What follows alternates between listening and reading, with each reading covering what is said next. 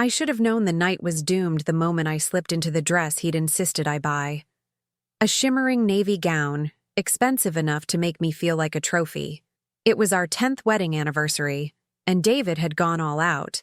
Private dining room at the Kansas City Club, candlelit tables. Our closest friends and neighbors gathered to celebrate our love. For a moment, I let myself believe it was real. The champagne sparkled, the silverware glinted, and I could almost pretend the last few months of distance between us were nothing more than stress at the office. He raised his glass with that politician's smile he'd perfected, and people clinked theirs back. But then the door opened, and in walked our neighbor, Amanda Fletcher. Her red dress clung to every curve, a little too daring for an anniversary dinner she wasn't invited to. I froze as she strutted in like she belonged there. David didn't flinch, didn't even glance at me. Instead, he smiled. A slow, smug curve of his lips that made my stomach twist. "Ah, there she is," he announced, loud enough for every guest to hear. "The woman who makes me feel alive again." The room went dead silent. Forks clinked against plates. My best friend's eyes widened. Even Amanda's husband, sweet, mild-mannered Greg, stared in shock from the back of the room. I waited for David to laugh, to play it off as some tasteless joke. But no, he rose from his chair, walked across the room, and pressed his lips to Amanda's right there in front of me. Long enough, deep enough, deliberate. The betrayal burned through me like acid.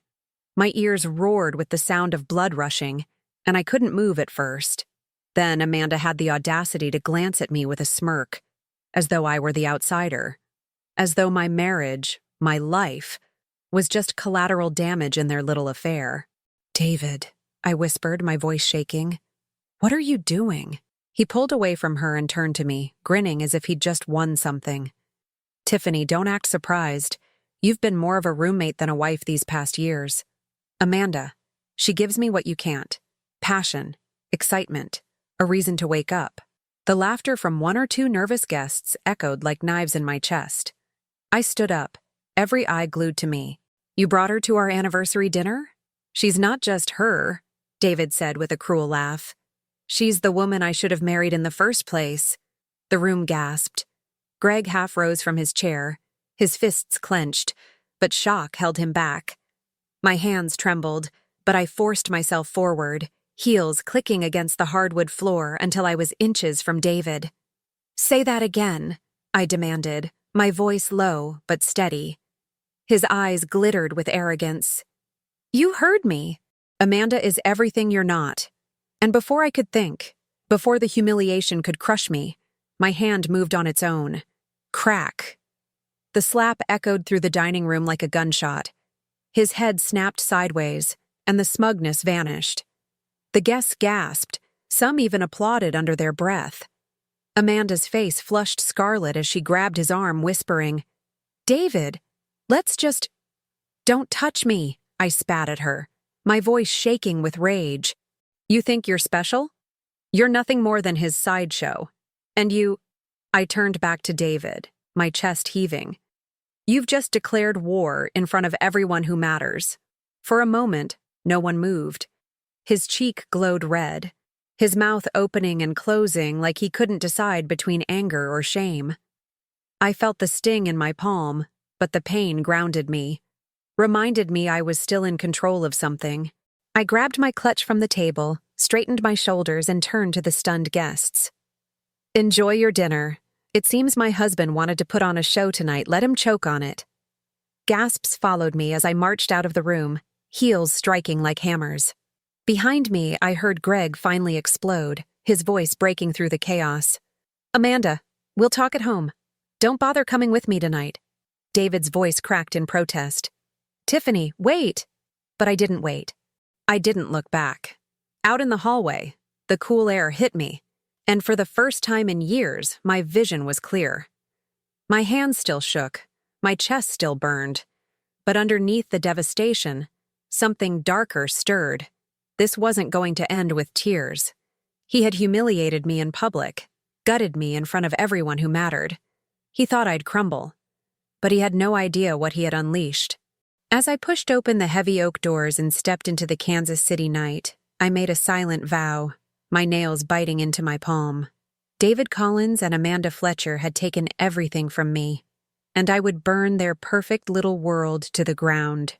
The night after the anniversary disaster, I sat in the dark of my kitchen, the house silent except for the hum of the refrigerator. My fingers traced the rim of a cold coffee mug, but I wasn't tasting anything. I was replaying everything that had led me here. Every sacrifice, every blind spot, every moment I'd dismissed as nothing. David and I met when I was 24. I was working at a marketing firm downtown, hungry, ambitious, believing I could build a career from the ground up. He was older by 6 years, polished in a way that made me feel both protected and admired. He had charm that lit up a room, the kind that made you believe he noticed only you. Against my better judgment, I fell fast. When we married, my parents gave me their inheritance money early, a sizable sum from my late grandfather, a man who had built his fortune with grit and discipline. For your future, my mother had said, handing me the check with trembling hands. Invest it wisely. I did. I poured it into David's dream, expanding his contracting business. He promised me it would double, triple, that we'd be set for life. And for a while, it seemed he was right. But we quickly became him. He drove the new cars. He attended the networking galas. I stayed home, caring for our daughter, Emma, who came along 2 years into the marriage. Don't get me wrong, I adore her more than anything. But I'd imagined balancing motherhood with my career. Instead, I became the backbone of the household, the invisible force making sure his shirts were pressed and his world ran smoothly. At first, I told myself that was love, sacrifice, compromise, holding the family together. But love doesn't make you invisible. Love doesn't hollow you out. The warning signs had been there, subtle at first. Late nights at the office, his phone buzzing at odd hours. Client emergencies, he'd say with a dismissive kiss. Amanda, our neighbor, started popping up more often. She'd bring over baked goods, laughing too loudly at his jokes on the driveway. I noticed how his eyes lingered on her longer than necessary, how his hand brushed hers when she passed him a dish at our block parties. I told myself I was imagining it. I told myself no husband would risk his marriage, his daughter, his reputation for a fling. I even confronted him once, quietly, late at night. "Do you like her?" I asked. He laughed it off, pulled me into his chest and whispered, "You're being paranoid, Tiff. You know I only want you." I wanted to believe him. So I did. Even when Emma once mentioned casually, "Daddy spends a lot of time at Miss Amanda's house," I brushed it aside. Kids exaggerate, I thought. Maybe he was helping Greg fix their leaky roof. Maybe it was innocent. But the gnawing unease never left me. I drowned it with chores, school drop-offs, charity work, and smiling at neighbors who probably already knew the truth. The anniversary dinner should have been the climax of my suspicion. But in hindsight, it was simply the explosion after months, years, of quiet erosion. I kept hearing my mother's voice in my head, the one who had warned me the day I told her I was leaving my job to support David. "Don't lose yourself, Tiffany. A man's dreams are never worth more than your own." But I had lost myself. I'd given him everything, my money, my time, my trust, my future. And he had gambled it all away on Amanda Fletcher. The days after the dinner blurred together. Emma stayed with me, thankfully too young to understand the full scope of what had happened, though sharp enough to sense the tension. One afternoon, as I folded her laundry, she padded into the room with her favorite stuffed bear tucked under her arm. "Mommy," she asked, her voice soft, "why was Daddy holding Miss Amanda's hand in the backyard last week?" I thought only mommies and daddies did that. My hands froze mid-fold. "What did you say, sweetheart?" She repeated it, matter of fact, as if it were the most obvious thing in the world. I saw them. They were laughing, and then he kissed her. On the mouth. She wrinkled her nose in disgust. "Gross. Daddy said it was a secret game, but I don't think it was a game." The air left my lungs like I'd been punched. I sank down onto the bed, my daughter climbing up beside me. She rested her head on my shoulder, blissfully unaware of the weight of her words. That was it. The confirmation I couldn't deny, couldn't explain away, couldn't hide behind excuses anymore. Not from myself, not from my child. The betrayal was real, and it had touched not just me, but Emma too. In that moment, my grief hardened into something else, something sharper. David thought he'd broken me, but he had just given me a reason to fight. I woke the next morning with swollen eyes and a raw throat, but something in me had changed overnight.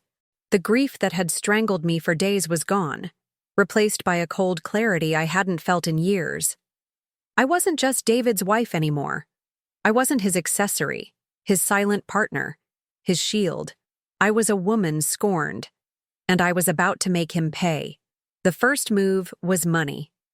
While Emma colored at the kitchen table, I slipped into the office and powered up the desktop David never bothered with, too busy flaunting his new laptop for business deals. I knew all his passwords. Years of managing bills and statements had taught me where the bones were buried. Within an hour, I had frozen the joint accounts, rerouted funds into my name, and shut down the credit cards he used like playthings. By the time he reached for his wallet that evening, the world would already look different. The second move was legal. I called Marissa Bennett, the best divorce attorney in Kansas City, a woman I'd met at a charity event years ago. I remembered her steel handshake, the way she joked about gutting men who think their wives are stupid. I never imagined I'd need her, but when I told her my situation, she didn't waste a second. "You've got leverage," she said flatly. "The inheritance, the child, the affair. We can make him bleed. Start documenting everything." The third move was my home. I'd loved this house once, the wraparound porch, the oak floors, the kitchen where I baked Emma's first birthday cake. Now it felt poisoned, tainted by secrets whispered in corners I hadn't seen. While Emma napped, I started boxing essentials. Clothes, keepsakes, the photo albums he probably thought I'd cling to. I didn't pack them because I wanted to preserve the marriage. I packed them because I wanted to control what I carried into my new life. The rest could rot with him. By nightfall, I had a plan.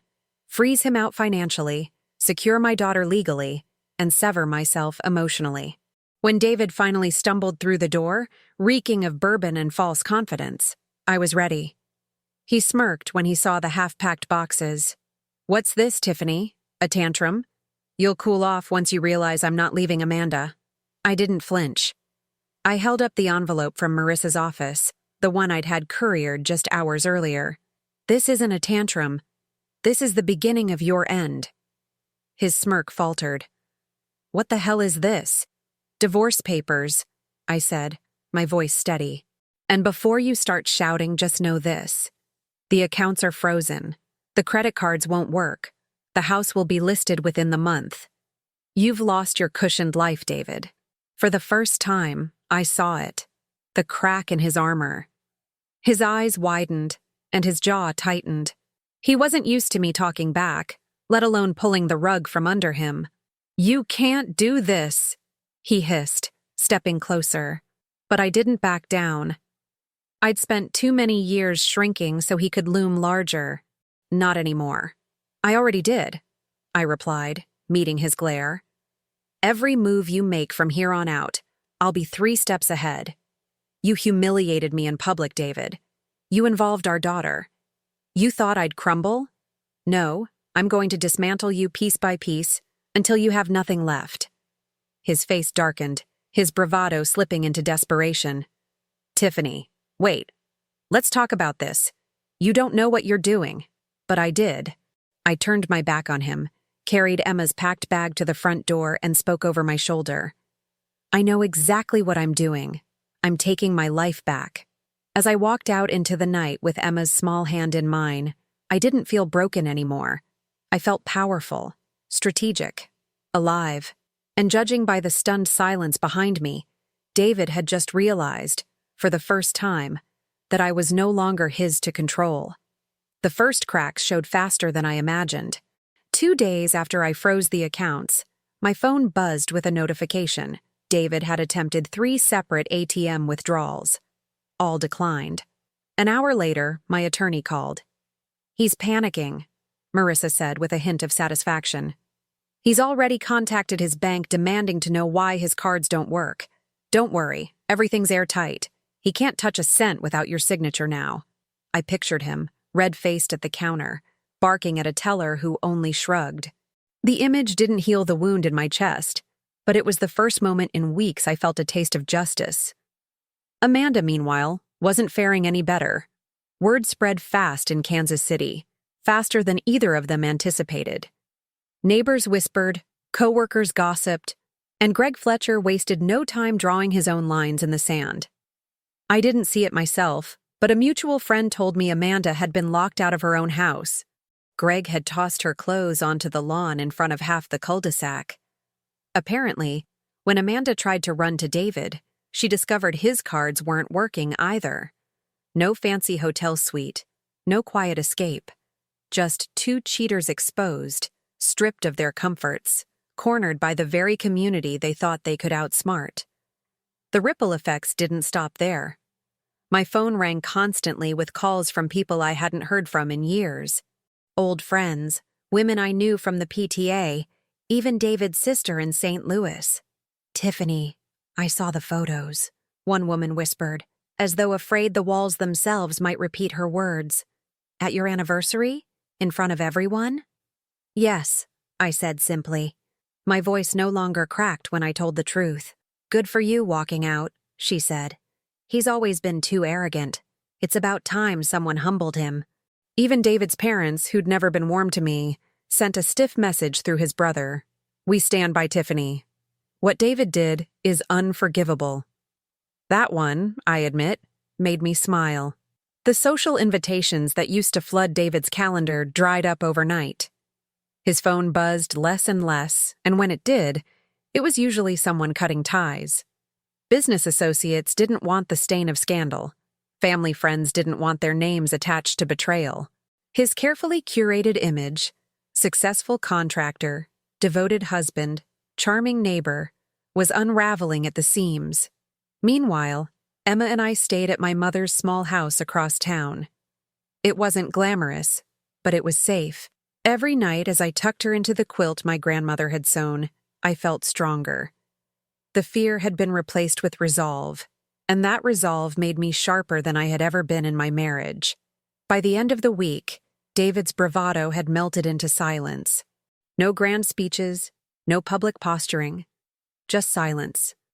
Until Friday night. I had just finished washing the dishes when the doorbell rang. My mother was asleep upstairs with Emma, so I dried my hands and peeked through the curtain. David stood on the porch, his shirt wrinkled, his hair unkempt, his eyes wild. I opened the door but didn't step aside. The screen door separated us, and I kept it that way. "Tiffany, please," he said, his voice hoarse. "Can we talk?" "There's nothing left to say," I replied coldly. He pressed his palms against the screen. "I made a mistake. I know I did. But you can't just cut me off from everything. I don't have access to my money. I don't have anywhere to go." The words were almost laughable. This man, who once towered over me with arrogance, now begging like a stray dog. "You humiliated me in front of everyone we know," I said, my voice low but steady. "You paraded your mistress into my anniversary dinner. You involved our daughter in your lies, and now you want sympathy?" His eyes glistened, but I didn't flinch. For once, I was the one with the upper hand. I just need you to stop this," he stammered. I leaned closer, my voice sharp as a blade. "No, David, this is only the beginning." Then I shut the door in his face. The thud echoed through the house, a final punctuation to his desperate plea. As I locked the door and turned off the light, I realized something. The war had officially begun, and I was winning the opening battles. 2 weeks after I left, David finally tried to play the part of the victim. He couldn't reach me directly anymore. Marissa had blocked his attempts at contact and handled everything through legal channels. So he turned to the one place he thought he still had influence: his family.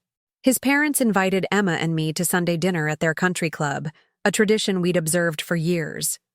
At first, I wanted to decline. But when his sister called and whispered, "Please come. Trust me, you'll want to be there," I agreed. Something in her tone told me this wasn't just a family dinner. It was a stage. The dining hall was full that night. Couples in pressed suits and pearl necklaces, neighbors whispering behind linen napkins, waiters darting between tables. And there, at the center of it all, sat David. Amanda wasn't by his side this time. He looked smaller without her, like a magician stripped of his assistant. He forced a smile when I entered with Emma, but I caught the flicker of panic in his eyes. "Ah, Tiffany," he said loudly, drawing attention. "You actually came. Everyone's been waiting to hear your side of things." The way he said it made my stomach twist. This wasn't a reconciliation dinner. This was an ambush. He wanted to control the narrative, to make me look like the bitter wife who couldn't handle his mistake. His mother stood to hug me, her embrace longer and tighter than usual. "We're glad you're here, dear," she murmured in my ear. "Say what you need to say." I sat, my pulse steady. I'd come prepared. David wasted no time. "Look, Tiffany," he began, raising his voice so the surrounding tables could hear. "I've admitted I messed up. But parading this drama through lawyers and freezing my accounts? That's not fair. We're family. We can handle this privately, with dignity." Murmurs rippled through the room. He was trying to paint himself as the reasonable one, the victim of a vindictive wife. He leaned back, smug again, as though he'd regained control. And that was when I pulled out my phone. I tapped a video, set it on the table, and let the screen light up for everyone to see. The recording played, clear as day. Amanda's voice, giggling. David's voice, drunk and arrogant. "She's so clueless. Tiffany actually believes I'm at the office. You're the best thing in my life, Amanda. My wife's just the safety net." Gasps filled the air. A fork clattered onto a plate. His father's jaw tightened, his sister's eyes narrowed, and his mother covered her mouth. David lunged for the phone, but I snatched it back before he touched it. "Don't," I warned, my voice sharp enough to slice the air. I rose to my feet, my chair scraping back. The room hushed. Every eye was on me. "For 10 years I sacrificed for this man," I said, my voice trembling but loud. "I gave him my inheritance. I raised our daughter while he played businessman. And this," I held up the phone, still glowing with his betrayal, "is what I got in return. Lies, public humiliation, an affair with our neighbor." A stunned silence settled over the room. Then someone whispered, "With Amanda Fletcher?" The name spread like wildfire, whispers swelling into gasps. I leaned closer to David, my voice dropping to a venomous whisper that carried just enough for the front tables to hear. "You thought you'd embarrass me again tonight. But here's the truth, David." I straightened, my voice ringing like a bell. "I am not the woman you humiliate. I am the woman who ends you." The words landed like a hammer. Gasps turned into murmurs, murmurs into nods, and within seconds the entire dining hall was buzzing. People weren't just hearing me, they were agreeing with me. David's face went crimson. He looked around for support, but all he saw were judgmental stares. His mother stood abruptly, her voice trembling with fury. "Enough, David. You've shamed this family. Do you have any idea what you've done to Emma? To Tiffany?" His father's voice cut sharper. "You're no son of mine if this is how you behave." Even his sister piled on, arms crossed, eyes blazing. "You disgust me." The room erupted into whispers, waiters pretending not to listen while leaning closer, guests shaking their heads. David had wanted to control the narrative, but it had slipped away faster than he could grasp. And then, the final blow. The doors to the dining hall swung open, and Amanda walked in. Her hair was disheveled, her face blotchy from crying. She locked eyes with David, but he froze, caught in the mess of his own making. "I can't do this anymore," she announced, her voice cracking but loud enough for the whole room. "Greg served me papers this morning. I've lost my home, my reputation, And it's all because of you. We're done, David. The gasp this time was deafening. Amanda stormed out, heels clicking like gunfire, leaving him standing there, abandoned in every sense of the word. I didn't need to add anything else. But I did. I leaned in one last time, my voice sharp, precise, unforgettable. You wanted to be the man who left me for her. Congratulations. Now you're the man left by everyone. The line landed like a bullet. A ripple of stunned silence swept the room before someone actually clapped. Then another. And another. By the time I walked out with Emma's small hand in mine, the sound of applause chased me down the hall. David didn't follow. He just sat there, shattered, with the weight of humiliation crushing what was left of his ego. And for the first time, I felt the power shift completely. The city no longer whispered behind my back. They whispered behind his. If the country club dinner was David's second fall, then what came after was the landslide. He tried to claw his way back into control, of course. Men like David always do. They can't stand the silence of disgrace, so they fill it with noise. Loud, desperate, self-serving noise. 2 days later, a friend texted me a link. You need to see this, it said. It was David, sitting across from a local morning show host in a crisp blue suit, trying to look composed. The chyron at the bottom read, David Collins speaks out, betrayed husband or villain. I nearly laughed at the absurdity of it. Betrayed husband. He was attempting to flip the script, to paint himself as the victim. My wife blindsided me, he said smoothly, though the puffiness under his eyes betrayed sleepless nights. Yes, I made mistakes, but Tiffany froze my accounts, took my daughter, and humiliated me in public. All I ever wanted was to feel loved again. The host nodded sympathetically, feeding into his performance. Do you feel she overreacted? He leaned forward, as if confiding in every viewer. I think she's vindictive.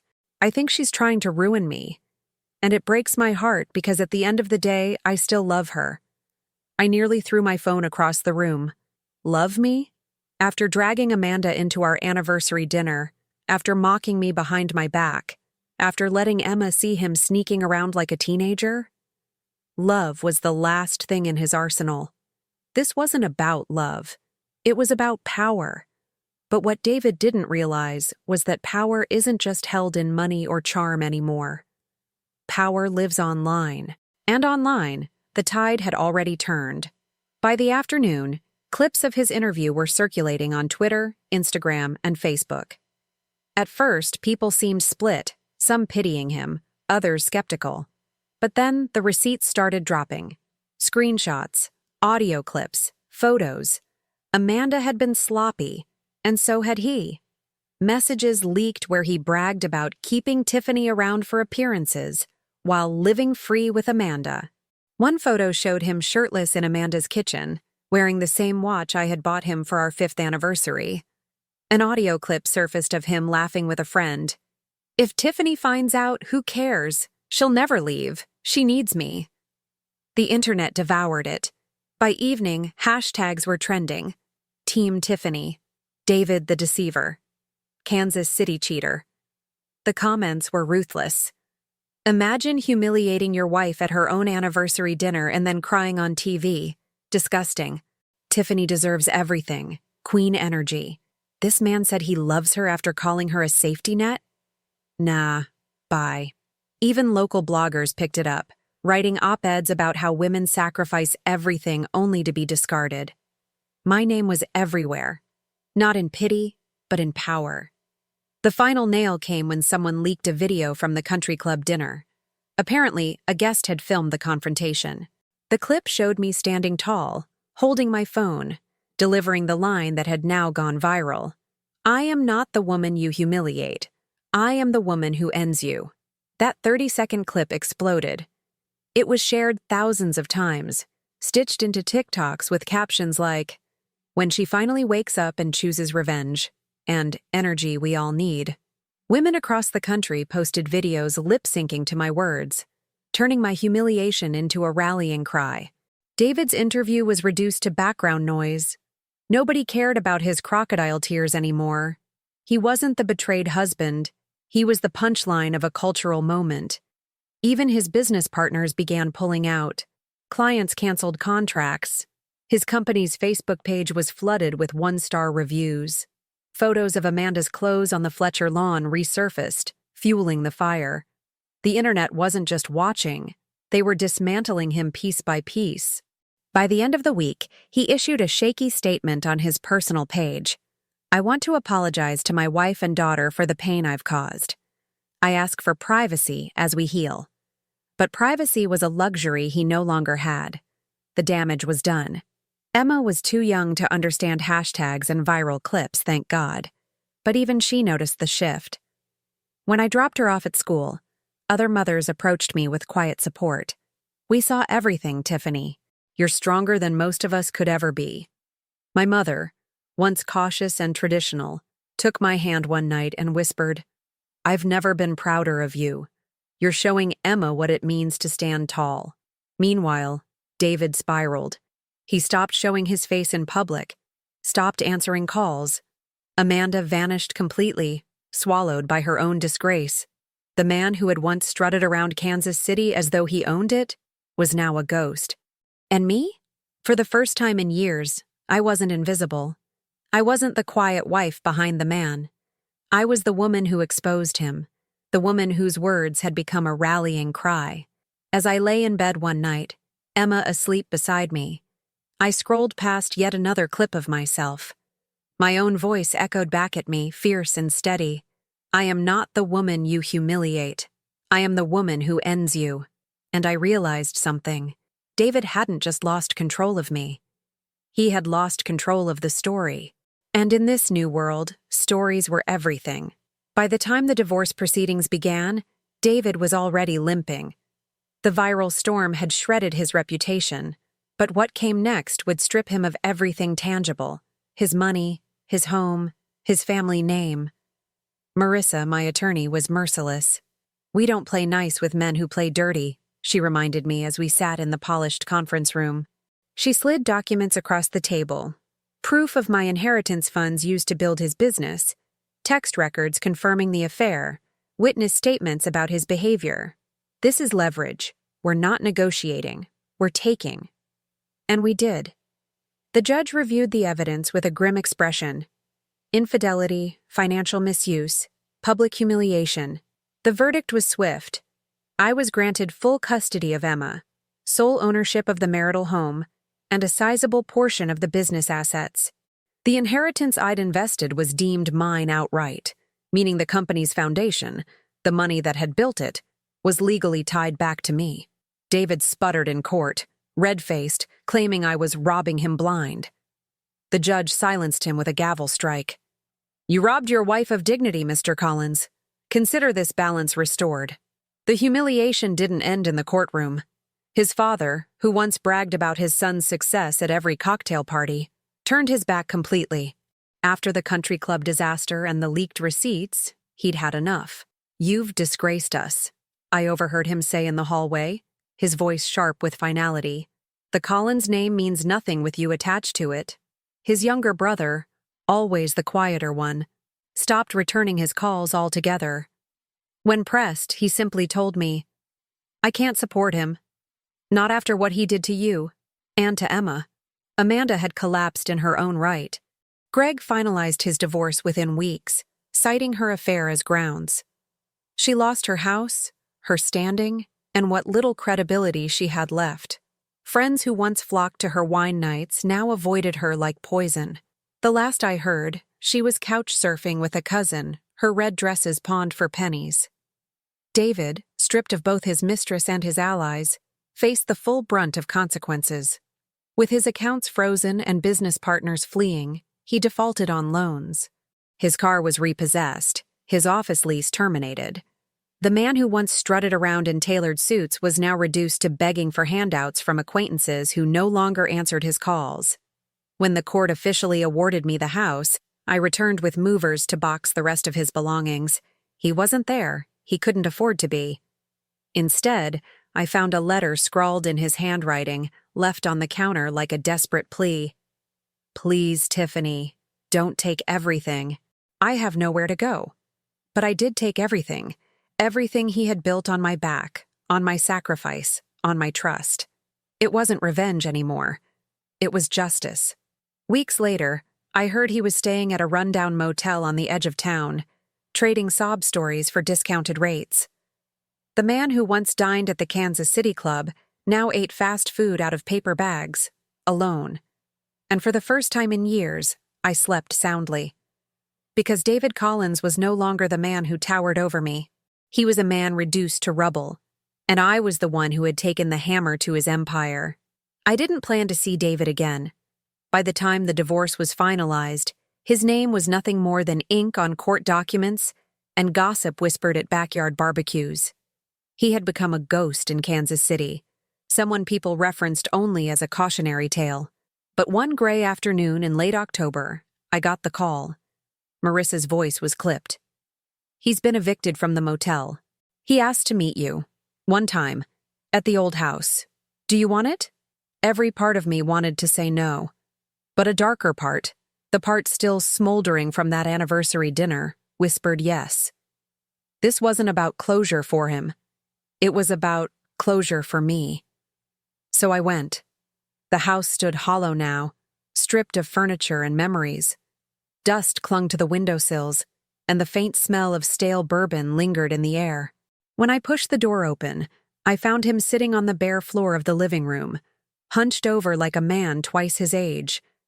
His once-tailored shirt was wrinkled, his hair unkempt, his shoes scuffed. "Tiffany," he croaked, standing too quickly, as if the sight of me jolted life back into him. His eyes were bloodshot, his hands trembling. "Thank you for coming." I stayed near the doorway, arms folded. "Make it quick." He shuffled forward, desperation pouring out of him. "I've lost everything. The business, the house, Amanda. She's gone. My family won't even return my calls. I'm nothing without you." I almost laughed at the irony. This was the man who once declared, in front of a room full of people, that Amanda was everything I wasn't. Now he stood broken, whispering that I was all he had left. "You're not nothing because of me," I said coldly. "You're nothing because of you." His eyes filled, tears spilling down his cheeks.